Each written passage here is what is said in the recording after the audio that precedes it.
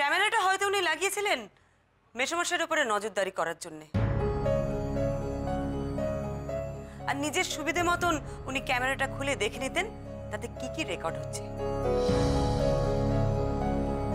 কিন্তু মুশকিল হলো কালকে উনি একদমই সুযোগ পাননি, কারণ মেসোমশাই তো সারা দিন ওনার ঘরে ছিলেন, তাছাড়া আমি ছিলাম।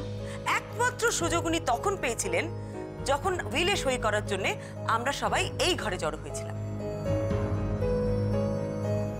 আপনারা সবাই একটু ভালো করে মনে করে দেখুন, গতকাল সন্ধেবেলা উইল সই করার সময় আমরা যখন সবাই এখানে ছিলাম তখন কিন্তু মাধববাবু চায়ের ট্রেটা নিয়ে ঘর থেকে বেরিয়ে গেলেন। আমার বিশ্বাস তখনই উনি মেসোমশাইয়ের ঘরে গিয়ে নিজের ক্যামেরাটা সরিয়ে ফেলেন। মাধব যখন নিজের ক্যামেরার রেকর্ডিংটা চালায় তখন দেখতে পায় যে আমি ওই ঘরে ক্যামেরা লাগাচ্ছি, আর এটাও দেখে যে আমার ক্যামেরাটা অন নেই। ও তাই চুপচাপ আমার ক্যামেরাটা যেখানে ছিল সেখানেই রেখে দেয়।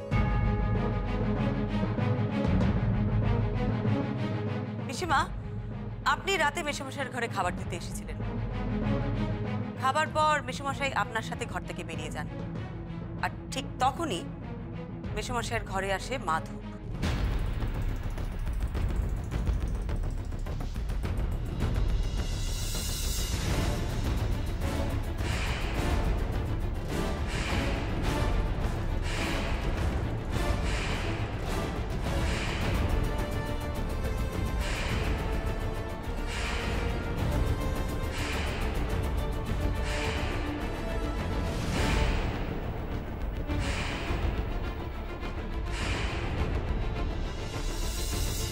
পাখা স্ক্রু আলগা করে মেসোমশাইয়ের ঘর থেকে দ্রুত বেরিয়ে যায় মাধব।